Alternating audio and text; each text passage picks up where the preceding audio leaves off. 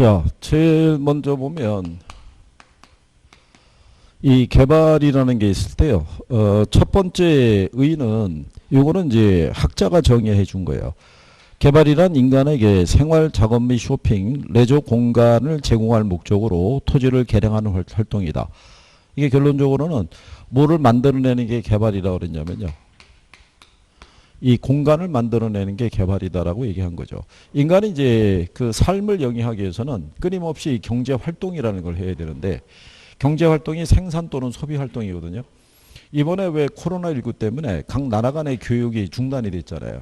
그러니까 경제 활동이 위축이 되는 거죠. 그러면 경제의 전반적인 부분이 어려워지는 거죠. 생산하고 소비에 차질이 있으니까. 그래서 이제 그거를 이제 독려하는 게 이제 개발이라는 얘기인데 이번에 여러분들이 조금 유념하셔야 될 점은 2번이에요. 2번에 보면 부동산 개발이란 타인에게 공급할 목적으로 토지를 조성하거나 건축물을 건축 이렇게 쭉 행위가 있죠. 이건 법령에 기초한 거죠. 예, 그러면 이제 이렇게 나오는 거죠. 다음 중에서 부동산 개발에 해당되지 않는 걸 고르라 해놓고 1번은 뭐라고 해놓냐면 토지를 조성하는 행위, 2번은 건축물을 건축하는 행위, 3번은 조성, 건축, 대수선을 하는 행위 이렇게 쭉 주죠. 그리고 4번쯤에 시공을 담당하는 행위 이렇게 들어가면 틀릴 거 아니에요. 그렇죠? 그렇게 쭉 나눠가지고 그래서 그거를 유념하시라는 거예요. 그래서 그게 법령에 기초한 건데 뭐를 담당하는 행위는 제외한다. 예, 시공을 담당하는 행위는 제외한다는 거. 그리고 그 문제가 그렇게 구성이 되는 거예요. 그럼 제가 이렇게 말씀을 드린 거를 우리가 이제 문제 풀이하고 이럴 때 나중에 동형 모의고사 하고 그럴 때 이제 문제로 만나볼 수 있을 거예요. 그럴 때 초이스가 가능하시면 그죠? 그래서 이제 그런 내용이고요. 또 이제 개발에 대한 거는 어떤 의미로 얘기하냐면 사회적 수요 있죠.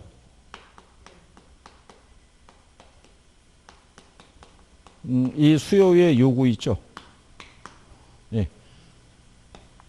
시간이 경과하게 되면 새로운 공간을 필요로 하는 수요가 생겨요. 그 사람들의 욕구를 채워주기 위해서 또 개발이라는 게 필요하다라고 이렇게 보시면 되죠. 그렇죠? 지금 우리가 이제 주변을 둘러보게 되면 공동주택, 아파트가 많이 들어섰잖아요. 그것도 결국은 사회적 수요가 요구한 거죠. 단독보다는 뭐가? 공동주택에 거주하는 게 더 낫다. 이런 얘기가 되는 거죠. 그러다가 이제 또 이게 바뀌어가지고 어느 순간에 주 5일 근무에 따라서 전원주택이 있죠. 예, 이걸 또 수요가 늘어나면 또 전원주택을 막 또 지어주는 거죠. 예, 그래서 그거를 만들어내는 공간을 제공하는 게 개발이다. 이렇게 보시면 되겠고. 자, 그래서 이제 그런 내용이고요. 옆에 이제 가시면 개발의 과정이라고 있죠. 예, 과정 또는 단계라고 했을 때, 요거는 이제 지문상에서 활용을 하는데요. 우리가 지난번에 이렇게 해드렸어요.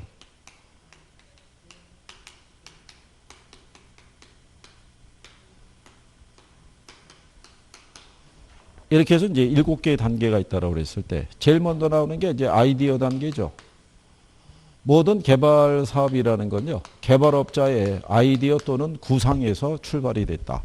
그래서 우리가 알고 있는 콘도미니엄 있죠. 또는 지난번에 설명해 드렸던 펜션이 있죠. 예, 이런 것들이 다 개발업자의 아이디어에서 출발이 된 거죠. 그러니까 펜션 자체가 연금의 뜻을 갖고 있다고 그랬죠. 그래서 미국에서는 정년퇴직해서 연금으로 생활하는 사람들이 거주하는 주택이 펜션이라고 얘기를 해요. 그래서 이게 아무래도 이제 가면서 고령화 시대가 되고 그러다 보면은 1인 가구가 점점 늘어날 수가 있죠. 젊은 세대도 주거 취약계층으로 마찬가지고. 그럼 그 사람들을 위한 주거 공간이 있죠. 예, 이런 것들이 새롭게 필요로 할 수 있겠다. 그럼 이제 그런 거를 구상을 해보는 거죠. 구상을 해보고 난 다음에 두 번째로 하는 게 이거죠. 예비적 타당성 분석 단계를 우리가 이렇게 했었죠. 예타라고. 그래서 이게 공영개발 사업을 하든 민간개발 사업을 하든 간에 이거는 꼭 해야 돼요. 예비적 타당성 분석을 생략할 수는 없어요. 그래서 여기서 무슨 분석을 해야 되냐면 예, 경제성 분석을 하는데 이거를 여기서는 대충 한다는 얘기예요. 대충. 일단 경제성이 있느냐 이걸 살펴보는 거죠. 그래서 이제 거기에 보면 개발 사업 시 완성 시 예상되는 수익과 비용을 대략 계산해서 수익성을 검토하는 단계다라고 얘기를 하죠. 그래서 수익성이 있으면 다음 단계로 가고요. 없으면은 원점에서 다시 재검토해야 되는 거죠. 예, 요때 우리가 분석하는 게 그게 비용 편익 비율 분석이 있죠. 예, 그거 하는 거예요.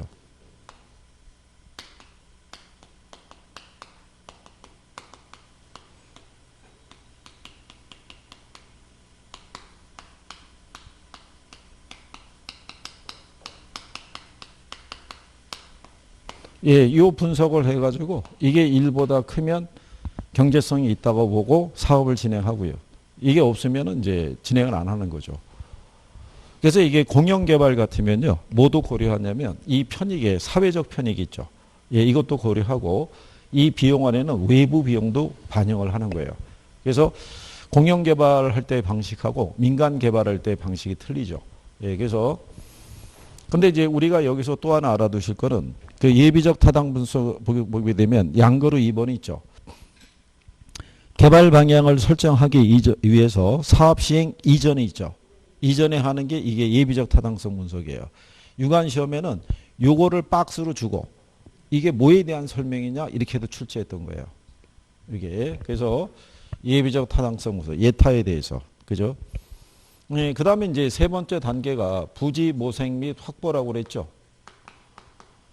이게 개발 사업의 성패를 좌우할 때 중요한 것 중에 하나가 이거예요. 개발 사업에 적합한 부지를 확보할 수 있냐 이거죠. 근데 토지 소유자의 어떤 이제 팔 의사가 없거나 뭐 이렇게 돼 있을 때 거꾸로 이 토지 소유자를 투자자로 우리가 유도할 수도 있다고 그랬죠.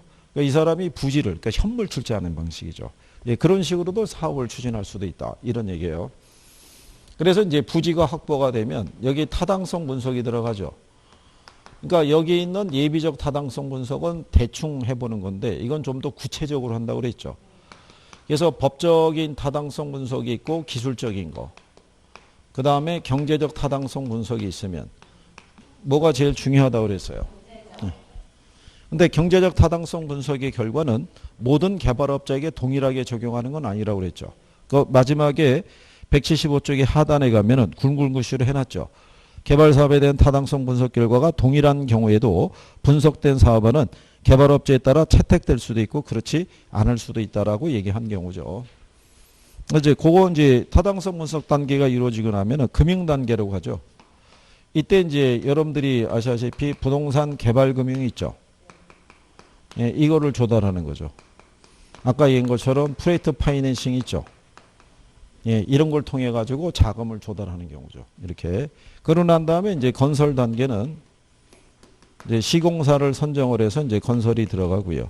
마지막에 나오는 게 무슨 단계인데? 마케팅인데, 요거는 마지막에 있어도, 요거는 개발 사업의 초기 단계 있죠. 예, 여기에서 이루어지는 게 대부분이에요. 근데 이제 마케팅을 할 때는 분양을 할 수도 있고, 그 다음에 뭐를? 예, 둘 중에 하나죠. 분양이 잘 안 되면 임대를 할 수도 있으니까. 임대할 때는 거기 나온 것처럼 중요 임차자 있죠. 그 다음에 정박 임차자 있죠. 예, 이게 이제 정박 임차자를 우리가 앵커 테넌트라고 그래요. 얘네가 중요한 거예요. 앵커라는 게 앵커 역할을 이제 있는데 만약에 이게 상가 뭐 이렇게 분양하잖아요. 분양할 때 여기에 영화관이 있죠. 예, 얘를 끼고 들어가는 이유는 영화관이 있으면 영화를 보기 위해서 사람들이 모이잖아요. 그러니까 얘가 일단은 고객의 수요를 만들어내는 역할을 하는 거예요. 그러면 여기 다른 이제 입점하는 사람들이 있죠. 기본적으로 이 상가 건물을 찾는 뭐가 있으니까 수요가 있으니까 그러면 근소 임차자를 유치하기가 좀 더 쉬워진다는 얘기예요. 근데 이게 영화관이 들어왔다 그래서 반드시 분양이 성공한다는 보장은 없어요. 이게.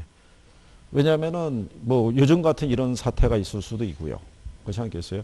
영화관이 있다고 그래가지고 사람들이 요즘은 그 영화관에 와서 관람하는 것도 있지만 요즘은 폰으로 이게 짧게 이렇게 보는 거를 선호하는 경향이 있어가지고 그래서 어쨌든 간에 얘네들을 확보하는 게 그래서 중요하다는 거예요. 그래서 이제 그런 정도 보시면 되겠고. 그래서 이 중에서 이렇게 제목을 뽑아서 하나씩 쓸 수도 있고요. 여기서 하나만 가지고 걔만 집중으로 해서 하나 물어볼 수도 있고 그래요. 그래서 그 다음에 이제 개발의 위험이라고 있죠. 근래 또 위험에 대해서 한때 이렇게 나왔었어요. 그래서 개발의 위험을 보게 되면 첫 번째가 법적 위험이라고 있죠. 예, 법적인 위험이라는 거는 요게 각종 인허가에 관련된 것 있죠. 예, 그 다음에 지역 주민하고의 뭐 갈등이 있죠. 예, 이런 게 나타나는 게 법적인 위험이에요. 그죠? 근데 이게 인허가라는 것은 결국은 이거 누가 내주는 거냐면 행정관청이 내주잖아요. 그러니까 개발업자의 입장에서 보면은 이거는 자기가 통제할 수 없는 위험에 해당이 돼요. 그죠? 그래서 이런 법적인 위험을 줄이기 위해서는 이용 계획이 확정된 부지 있죠. 예, 이거를 사용하는 게 바람직하다라고 얘기를 해요. 요게 시험에서 2번 나온 거예요. 법적인 위험을 줄이기 위해서는 이용 계획이 확정된 부지를 사용하는 것이 뭐 낫다. 뭐 이런 식으로 지문으로 쓴 거죠. 근데 이거는 뭐 비일비재 해가지고요. 뭐 공사 중지 가처분 신청 들어오고요. 지역 주민하고 뭐 싸우고 뭐 난리 나는 경우죠. 그래서 이제 이런 것들이 발생할 수 있고요. 그래서 이번에 또 법이 또 바뀌어가지고 건설사들이 왜 선분양하니까 물건의 하자 여부를 입주하기 전에 다 수립해야 된다. 예, 그런데 만약에 안 될 경우에는 근데 그게 제재가 좀 약해요. 안 하면 300만 원 이하의 벌금 뭐 이러니까 그러니까 이제 그게 이제 나중에 문제가 되면 실상 그런 문제가 비일비재하거든요. 그렇잖아요. 이번에도 나온 게 입주한 지 얼마 안 돼 가지고 위에 물탱크 터져 가지고 배관이 예, 그래갖고 그 집도 문란이 나고 그 밑에 층이 있죠. 거기도 천장이 무너지고 뭐 이런 식으로 얼마나 황당하겠어요. 입주한 지 얼마 안 돼 갖고 그거를 원래는 누가 해줘야 되냐면 걔네가. 근데 우리 왜 저기 간평에 가면은 관찰 감가법이라고 배우죠. 평가사가 직접 관찰하잖아요. 예, 그런데 문제는 뭐냐면 평가사가 관찰할 수 있는 건 눈으로 보이는 것만 관찰할 수 있는 거예요. 그런 식으로 배관상의 문제가 있거나 이런 거는 터져와야 하는 거예요. 알 수가 없는 거예요. 그거는. 그러니까 어쨌든 그래도 우리나라도 법의 개정이나 제정을 통해 가지고 옛날에는 전혀 이제 신경을 쓰지 않았던 무감각했던 애들이 이제 점점 더 법으로 이제 적용을 받고 하는 거죠. 예, 그게 이제 그만큼 사회 구조나 이런 것들이 많이 이제 복잡해지고 요구도 다양해진다고 보시면 되겠죠. 자, 이런 얘기고요. 그 다음에 어쨌든 시장 위험이 있죠. 요거는 갑작스러운 이 경기 침체 있죠. 그로 인해서 분양이나 임대 있죠. 예, 이게 잘 되지 않거나 애초에 내정했던 분양가나 이걸 받지 못했을 때 나타나는 걸 우리가 시장 위험이라고 그래요. 요즘 이제 건설사들이 또 많이 겪고 있는 거죠. 그래서 이제 이거를 하기 위해서 뭐 할 수 있냐면 선분양 있죠. 우리가 이제 그 그림에 보시면 이렇게 해놨잖아요. 이게 이제 개발 사업이 이제 100% 완공이 되는 시점인데요. 거기 보시면 이제 이렇게 돼 있죠. 이게 위험. 이게 가치. 그러니까 개발 사업 초기에는 위험이 크다는 얘기죠. 그러니까 개발업자가 위험을 줄이기 위해서 선분양을 채택할 수 있다는 얘기죠. 그래서 개발 사업 초기에 매도를 하게 되면은 이게 수분양자라고 그러죠. 주택 매수자에게 개발 사업에 관련된 위험을 떠넘기죠. 근데 상대적으로 비싼 가격은 받을 수가 없는 구조다라고 보시면 되겠죠. 그래서 이제 행하는 게 시장 위험에 이제 대처하는 이제 그런 방법이고요. 그 다음에 이제 옆에 이제 나오는 게 비용 위험이라고 있죠. 비용 위험이라는 것은요, 공사 기간이 연장이 되거나 아니면은 인플레 있죠. 예, 인플레 등에 의해서 비용에 대한 부담이 어떻게 돼요? 예, 커졌을 때 나타나는 거죠. 이거를 줄이기 위해서 할 수 있는 게 이거예요. 최대 가격 보증 계약이 있죠. 근데 이거를 채택한다고 해서 위험이 완전히 해소되는 건 아니에요. 최대 가격 보증 계약은 여기 이렇게 뭐 50층짜리 주상복합 이런 거 짓잖아요. 그러면 이제 공사비가 만약에 한 50억이 들어간다. 그러면 여기 이제 시공사 있죠. 예, 얘하고 개발업자하고 계약을 체결하는 거죠. 50억으로 정했으면 이 한도 내에서 얘가 책임 완공시켜줘야 돼요. 추가적으로 비용이 더 커지는 건 얘가 부담하는 방식으로. 그죠? 그러니까 얘가 판단을 잘해야겠죠. 이 부분에 대해서.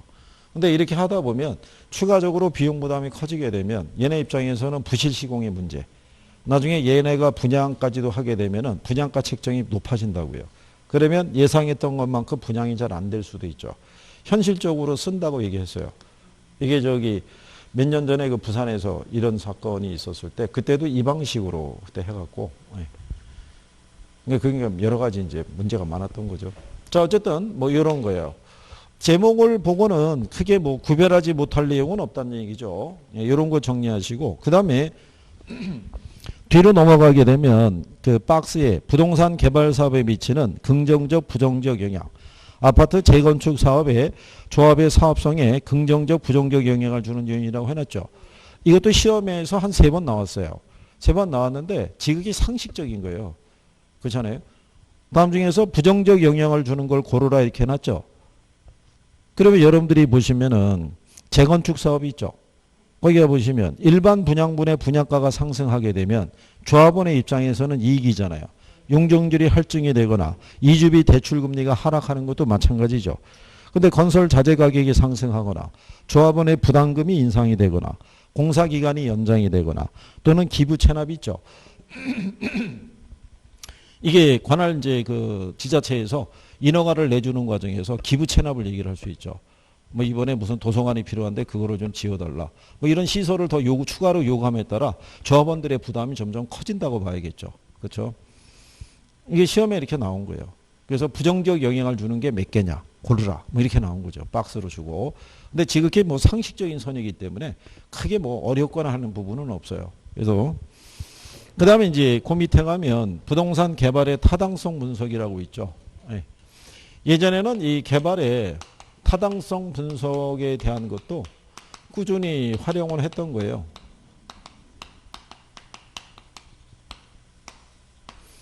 근데 근래 쓰게 되면 지문 정도로 아마 확인하지 않겠나 이렇게 보는 거죠. 그래서 여기 보면은 개발의 타당성 분석은요. 시장 분석하고 무슨 분석이 있다. 예, 경제성 분석이 있는데 선행 분석이 무슨 분석이냐면 시장 분석이고요. 후행 분석이 경제성 분석이라고 보시면 돼요. 그래서 이게 타당성 분석의 첫 번째가 뭐가 있냐면 지역경제 분석하죠.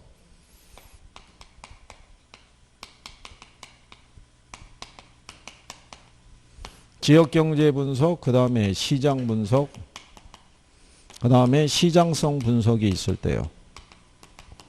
예, 여기가 시장 분석이에요. 이게 선행 분석이라고 보시면 되겠고. 그죠? 그 다음에 이제 재무적 타당성 분석이라고 있고요.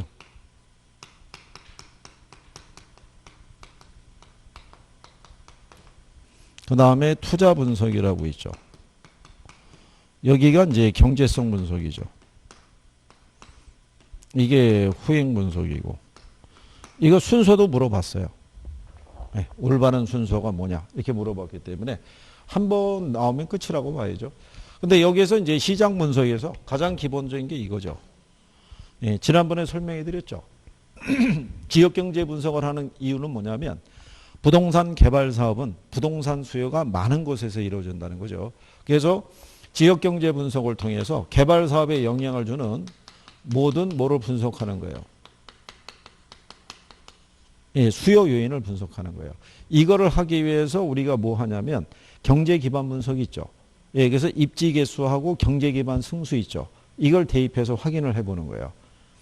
왜냐하면 부동산 수요가 많은 곳에다가 개발 사업이 추진이 돼야지만 개발이 분양이 잘 될 거 아니겠어요. 그죠? 그래서 이제 기본적으로 그 지역의 기반 산업이 있죠. 예, 기반 산업의 성장이나 이런 거를 보는 거예요. 그죠? 이번에 왜 우리나라의 그 조선 쪽에 불황이 쭉 지속이 됐다가 이번에 이라크인가 어디 쪽에서 수주를 엄청 많이 받은 거 아니에요. 그럼 갑자기 뭐 지금 뭐 24시간 뭐 돌아가고 뭐 야간해야 되고 난리가 아니잖아요. 그럼 갑자기 일손이 부족하잖아요. 그럼 그 사람들은 어떻게 해야 돼요? 채용을 해야 되잖아요. 그러면 채용을 하게 되면 우리가 이제 가령 예를 들어서 울산에 가면 H중공업이라고 있죠. 그러면 얘가 이 지역의 기반 산업이에요. 그러면 기반 산업에서 만약에 고용이 어떻게 돼요? 증가하죠. 그러면 이 사람들을 이렇게 채용을 했잖아요. 그러면 이 사람들이 집하고 직장만 왔다 갔다 하는 게 아니죠. 이 사람들이 필요한 또 시설이 있어요, 없어요? 있어요. 그 서비스를 제공하는 게 비기반 산업이에요. 그러면 비기반 산업이 이렇게 또 필요하죠. 그러면 비기반 산업에 종사하는 사람들이 있죠. 얘들을 또 고용을 해야 돼요. 그렇잖아요. 그러니까는 기본적으로 무슨 수요가 많아질 수밖에 없어요. 부동산 수요가 많아질 수밖에 없는 거예요. 그죠? 예. 그러니까 이제 이렇게 되는 거죠. 여기 가면 일자리를 구할 수 있다더라. 그러면 이제 전국에서 사람들이 모여드는 거죠. 그러면 이 사람들이 일단 오게 해서 직장을 잡게 되면은 주거가 필요하잖아요. 주거 공간이.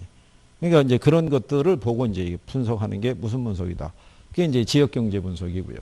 근데 이제 시장 분석은 뭐냐면요. 요거는 시장을 세분화하고 시장을 뭐 한다는 얘기냐면 차별화하는 거죠. 그렇다고 해서 모든 수요를 개발회사가 다 커버할 수 있는 건 아니에요. 자기가 가장 어떻게 해야 돼요? 시장을 세분한다는 얘기는 연령대를 다 세분해가지고 그중에 가장 내가 자신 있는 수요자 집단이 있죠. 걔네를 선택하는 거예요. 그래서 걔네가 원하는 특정한 부동산이 있죠. 특정 부동산에 대한 수요와 공급이 있죠. 이거를 분석을 해서 어떤 형태의 부동산을 공급하는 게 유리할 것이냐를 판단해요. 그리고 이제 시장성 분석을 통해서는 전 단계에서 조사한 요 특정한 부동산이 있죠. 얘가 분양이 됐을 때 시장에서 매매 또는 임대될 수 있는 가능성이 있죠. 이거를 조사하는 게 무슨 분석? 시장성. 이게 시험에 많이 나왔던 거예요. 이게. 그래서 매매 또는 임대 가능성을 분석하기 위해서 우리가 하는 게 무슨 분석이 있냐면 그게 흡수율 분석이 있어요. 그래서 얘가 또 추가로 나온 거예요. 흡수율 분석은 과거라든가 또는 현재의 자료 있죠. 이거를 토대로 해서 뭐를 추정하는 거냐면 미래 수요를 추정하는 거예요. 그래서 요게 알아두신 게 과거 또는 뭐 현재 있죠. 현재 자료를 토대로 해서 미래 수요를 우리가 예측하는 거예요. 근데 이게 현재 뭐 수요를 예측한다 그러면 틀리겠죠. 어디에? 미래인 거예요, 미래. 그래서 이제 이렇게 시장 조사가 이루어지면요. 전 단계에서 이루어진 이 자료를 토대로 재무적 타당성 분석은 여기서 시장 조사했잖아요. 그러면 이 개발 사업에서 예상되는 수익률이 있죠. 이걸 가지고 과연 투자자 있죠. 투자자를 유치할 수 있을지. 이거를 조사하는 게 재무적 타당성 분석이고. 마지막으로 하는 게 무슨 분석이에요? 투자 분석. 이게 최종이에요. 그럼 얘는 여러 개의 개발 대안이 있겠죠. 그 중에서 가장 뭐가 될 수 있는 애? 최고 최선의 이용이 될 수 있는 이 대안을 선택하는 거. 이게 과정이 지금 우리가 간단하게 요점만 얘기해 드린 거지 이거 되게 복잡한 거예요. 이게. 근데 여러분 시험에는 그 범주를 벗어나서 물어보기는 좀 어렵다는 거예요. 그럼 왜 그러냐면 누누이 말씀드리지만 1차는 시간 싸움이에요. 1차는. 그래서 시간 조절을 이거 시험 한번 봐보신 분들은 알아요. 시험을 보시면 제한된 시간 안에 학개론 풀고 민법까지 풀어야 되니까 마음이 급하다고 얘기를 해요. 그게 시간이 훌쩍 가니까. 그렇지 않겠어요? 그래서 나중에 시험장 가시면은 시간 배정에 신경을 많이 쓰셔야 돼요. 1차는 시간이 난이도예요. 시간이. 그 시간 조절을 실패하시면은 몰라서 떨어지는 게 아니라 풀지를 못해서 떨어지는 거예요. 시간이 없으니까. 그럼 우리가 풀어서 답을 맞춰도 60점인데 찍어서 답을 맞추려고 그러면 그렇잖아요. 쉽지 않잖아요. 그죠? 예? 그리고 시험장 가기 전에 기도해봐야 소용없어요. 찍는 게 답이 되게 해주세요. 이래봐야 그게 답이 되겠냐고요. 그죠? 예? 저 양반이 안 들어주는 것 중에 하나가 그거 아니에요. 그죠? 뭐 복권에 당첨되게 해주세요. 뭐 이런 것 있죠. 예, 그런 거하고 시험에 찍은 것 다 답되게 해주세요. 이런 건 안 받아준다고요. 그러니까 자기가 정해진 시간 안에 풀려고 그러면 그죠? 그러니까 연습을 언제 해보셔야 되냐면 모의고사 볼 때. 모의고사 보면서 왜냐면 제가 만약에 이 학개론 시험에 여러분들 테스트한다고 쪽지시험 이렇게 보잖아요. 그건 학개론밖에 못 보잖아요. 민법이랑 같이 두 과목을 한 번에 볼 수 있는 건 모의고사 때밖에 없어요. 그러니까 보면서 시간 조절을 한번 해봐야 돼요. 그죠? 모의고사는 보시나요? 네? 모의고사를 보셔가지고 그 데이터가 나와야 그게 어떻다라고 알려드리죠. 그죠? 예. 그러니까 웬만하면 봐두시는 게 필요하다는 얘기죠. 자, 그래서 이제 여기 180페이지 보시면은 거기 상단에 양가로 3번의 시장성 분석이라고 해놨죠. 굵은 글씨로 해놨잖아요. 예, 그게 시험 지문에 많이 인용이 된 거고요. 그 다음에 그 밑에 참고란에 들어가게 되면 흡수 분석에서 흡수율 분석이라고 있죠. 예, 그래서 거기 양가로 2번에 보면 흡수율 분석은 부동산 시장의 추세를 파악하는 데 도움을 주는 것으로 미래 추세를 정확하게 파악하는 것이 주된 목적이라고 해놨죠. 그러니까 미래 추세라는 게 미래 수요예요, 수요. 수요를 예측하는 게. 그만큼 미래 수요는 우리가 예측하는 게 쉽다, 어렵다. 예, 어렵다는 얘기예요. 근데 결국 쓸 수 있는 자료가 과거 또는 현재 자료밖에는 활용할 수가 없다는 거죠. 그래서 그런 내용까지 구별하시면 되겠고. 그 다음에 옆 페이지 가시면 경제 기반 분석이라고 나와 있죠. 예.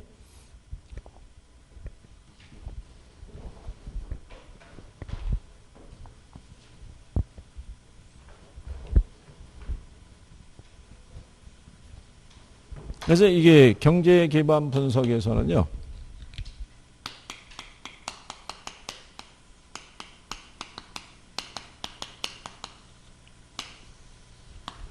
우리가 이제 확인하는 게 그 모형 안에 보게 되면 경제 기반 분석에서는 경제 구조가 단순히 몇 개 그룹만 있다고 보냐면요. 두 개. 그래서 기반 산업이라는 게 있고 뭐가 있다. 비기반 산업이라는 게 있어요. 그죠? 의미를 이제 그래서 기반 산업이라는 건요. 그 지역에서 생산해서 외부로 뭐 하는 산업, 수출하는 산업이 기반 산업이고요. 비기반 산업이라고 있죠. 그 지역에서 생산해서 그 지역에서 소비하는 개념인 거예요. 외부로 수출하는 개념보다.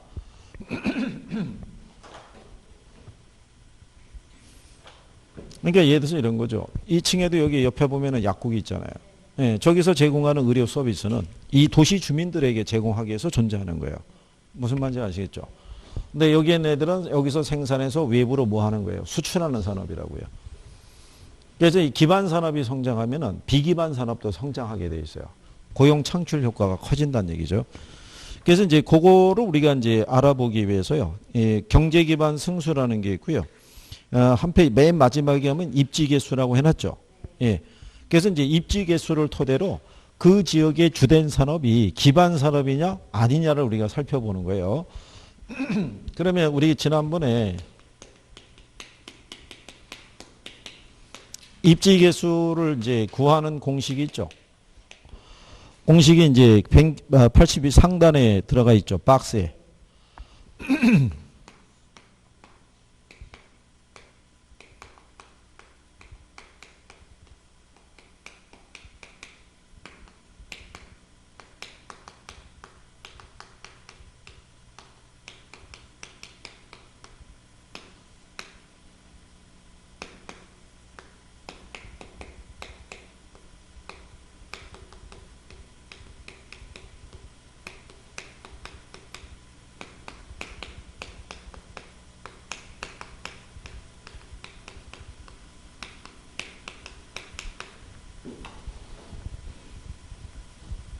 자, 이 공식을 우리가 대입을 해서 보면요. 뭐를 알 수 있냐면 얘를 가지고 전국의 X산업에 대한 고용률이 있죠.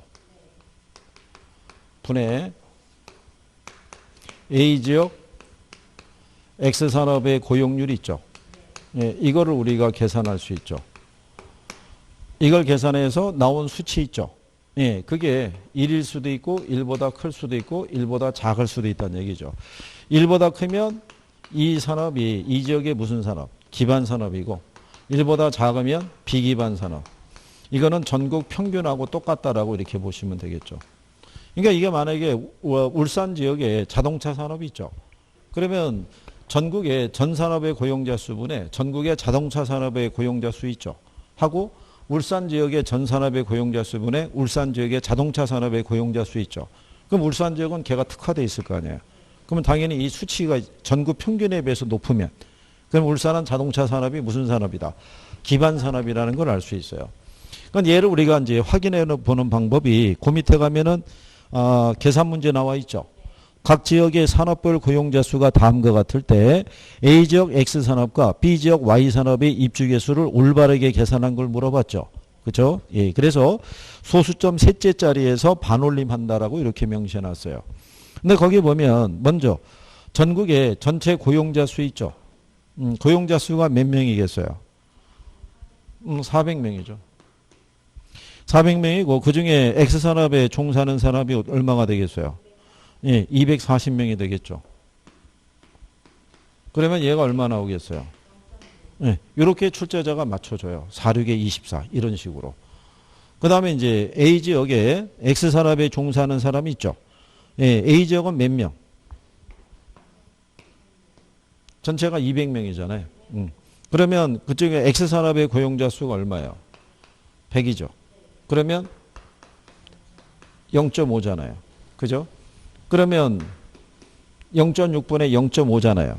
예, 이거 계산하면 얼마 나오냐면 0.8333 이렇게 나가죠. 그죠? 그래서 이제 여기서 이제 물어본 것은 셋째 자리까지 물어봤잖아요. 그죠? 그래서 0.833까지 해가지고 근데 여러분 시험에는 0.83 있죠? 예, 여기까지 물어봤으니까 시험에서 나온 거는 자 그러면은 이제 A 지역 Y 산업에 우리가 입지계 수는 얼마로? 0.83으로. 그 다음에 거기 두 번째가 B 지역 Y 산업을 물어봤죠. 자, B 전체에는 이렇게 돼 있죠. 400분의 Y 산업에 종사하는 사람이 몇 명? 160명. 왜냐하면 여기서 400 중에 얘가 240이니까 얘가 400 중에 160이죠. 근데 요거는 0.4가 되겠죠. 4, 4, 16이니까. 요거는 그냥 준 거죠. 얘가 0.6이니까 얘가 0.4이겠죠. 그 다음에 여기를 우리가 계산해 보면은 자, B 지역의 Y 산업 보면은 200명 중에 얼마? 60명일 거 아니에요. 그러면 얼마 나오냐면 0.3 나오죠. 2, 3은 6이니까. 그렇잖아요. 그러면 이거 계산하면 0.75 나오죠. 이게 답이었어요. 0.83하고 얼마? 0.75. 그런데 이제 계산이 싫으신 분들은 이 조건 자체가 싫은 거죠. 박스 안에 이걸 뭐를 집어넣어야 되면 뭐 이런 것 있죠. 예, 그게 싫었던 거죠. 이렇게 해서 이제 우리가 구하는 거죠. 그래서 이게 계산에 대한 거는 나중에 우리가 또 뭐 문제 풀이 할 때 많이 또 달아보시게 되겠지만 어쨌든 뭐 이렇단 얘기예요. 그래서 이렇게 해가지고 여기에 나오는 게 0.83하고 0.75잖아요. 얘네는 기반 산업은 아니란 얘기죠. 1보다 커야 되니까. 그럼 비기반 산업이라 할 수 있죠. 두 개가. 그 다음에 이제 앞 페이지로 돌아가셔가지고, 예, 거기 보면 경제기반 승수라고 해놨죠. 예.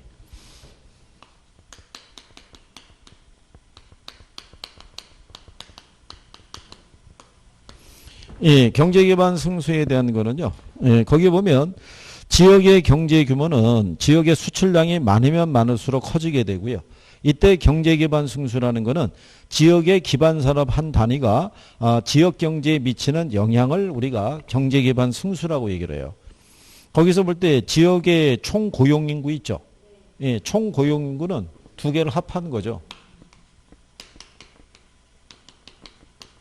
기반산업에 종사하는 사람과 비기반산업에 종사하는 사람이 있죠. 예, 다 합한 게 총 고용인구가 되겠죠. 그죠? 그러면 경제기반 승수를 우리가 보게 되면은 이렇게 볼 수 있죠.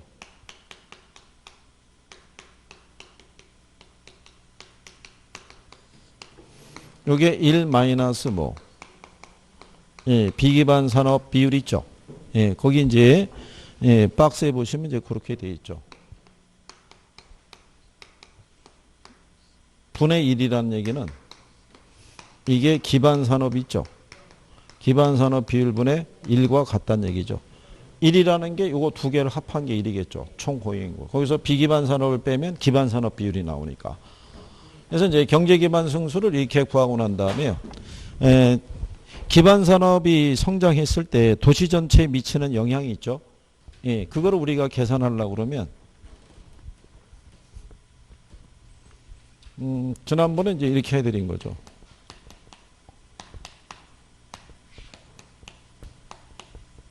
이게 이제 경제 기반 승수 효과를 살펴보는 거예요. 이걸 가지고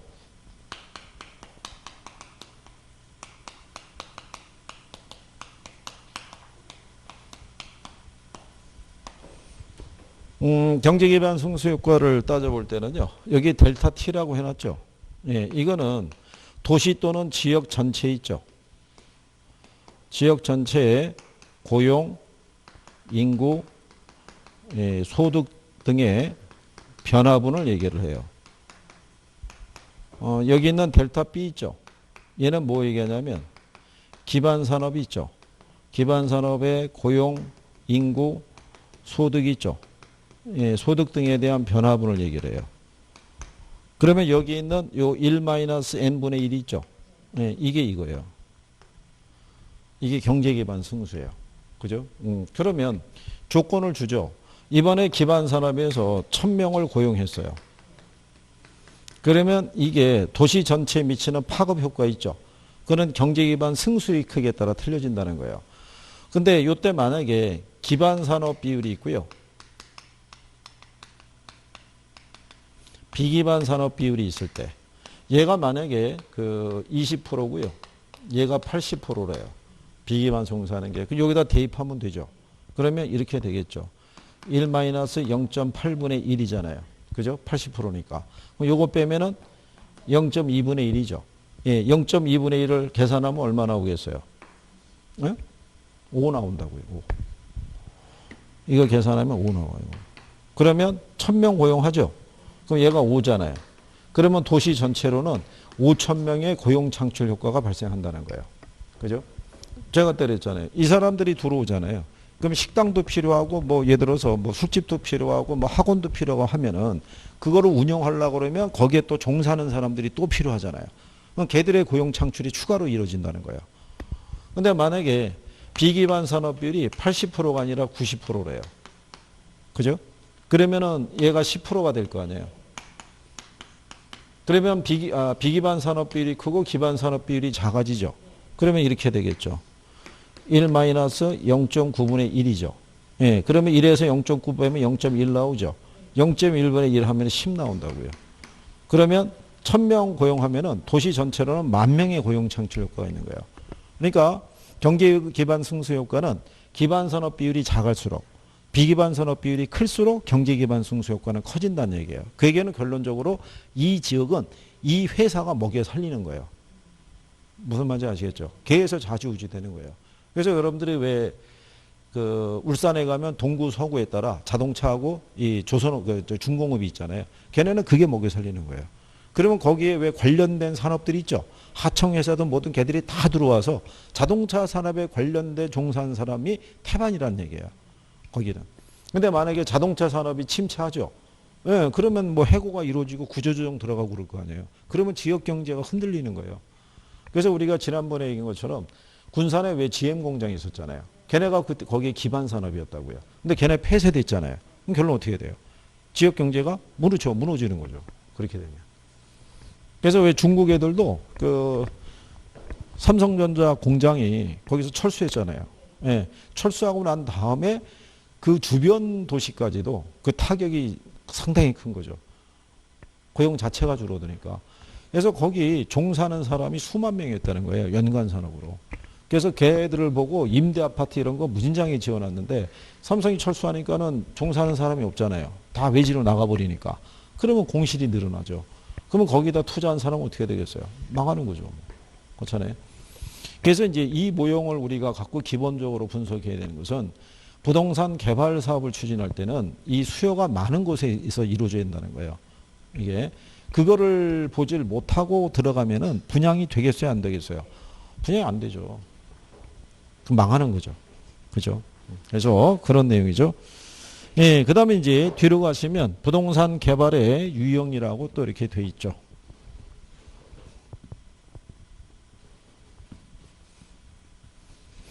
예, 거기 보면은 이제 신개발이 있고 뭐가 있어요? 재개발. 예.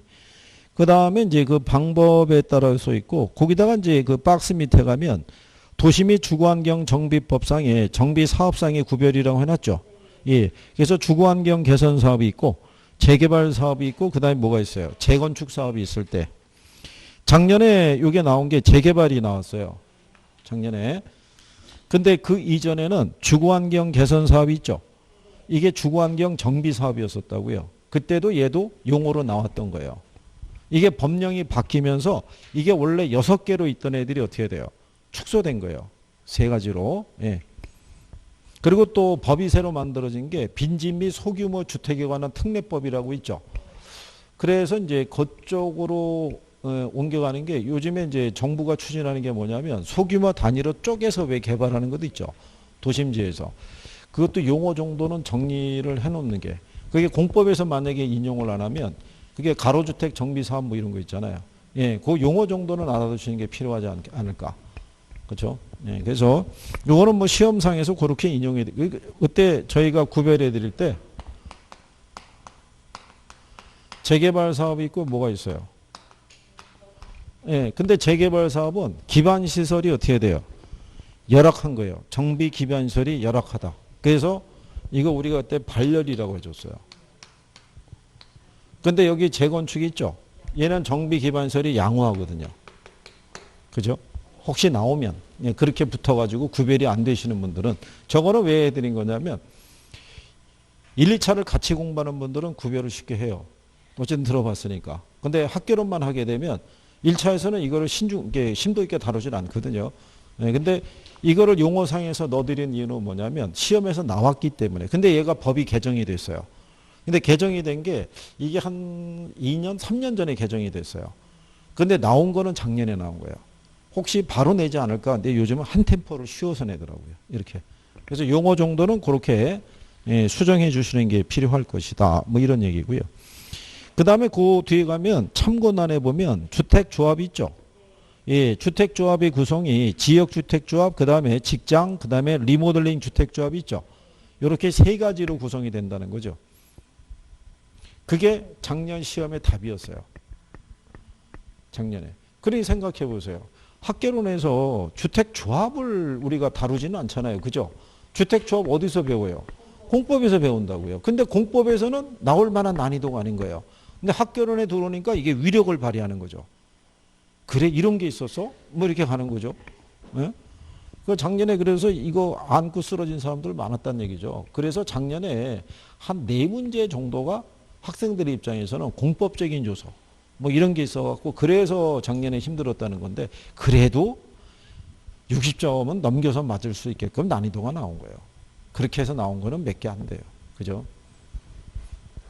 그러니까 웬만큼 하면 그죠? 60점은 맞을 수 있고 난이도 쉽게 나오면 70점도 나오고 그러는 거예요. 계산을 버리더라도. 그렇잖아요. 그러니까 용어를 놓치지 마시고 잘 정리할 수 있으셔야 돼요. 그죠? 나중에 이제 시험이 임박하면 선생님이 어쨌든 간에 정리해서 줄 거 아니에요. 이거는 꼭 알아야 된다 이거 줄 거 아니에요.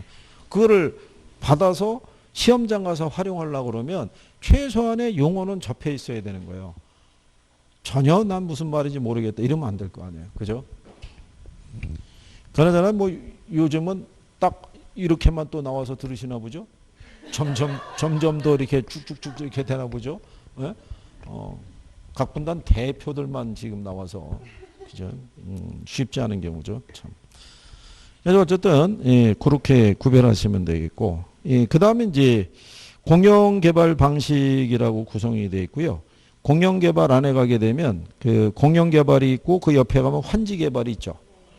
요거는 그 단독으로 문제가 2번 나왔는데 우리가 이건 이제 정책 쪽에도 가게 되면 공영개발 방식이 있고 환지개발이 있잖아요. 근데 환지니까 토지를 뭐 하는 거예요? 바꿔주는 거죠. 바꿔줄 때 원래 토지 소유자 있죠. 그 사람에게 무상으로 바꿔주는 개념이지. 그 사람에게 매각하는 건 아니잖아요. 매각한다고 해서 틀리게 준 거예요. 이 방식을. 그래서 이제 요 개념 정도 있죠. 그래서 택지가 개발되기 전 토지의 위치, 지목, 면적, 등급, 이용도 및 기타 사항을 고려해서 택지가 개발한 후에 개발된 토지를 누구에게? 토지 소유자에게 재분배하는 방식이에요. 이거를 매각하는 방식이다라면 틀리는 거예요. 근데 이 환지 개발 방식을 여러분들이 공법에서 배우는 거죠. 도시개발법에서. 원래 토지구획 정리 사업이었는데 원래 토지구획 정리 사업법이라고 있었어요. 근데 그 법이 도시개발법으로 흡수돼 버린 거죠. 그래서 용어 정도 이렇게 예, 여러분들이 알아두시는 정도로 보시면 되겠고요. 그 다음에 뒤로 나오는 민간개발 방식이라고 있죠. 예, 거기는 별표하시는 거예요. 별표를. 예. 그래서 별표하신 분들은 잠깐 쉬었다가 또 해보시죠.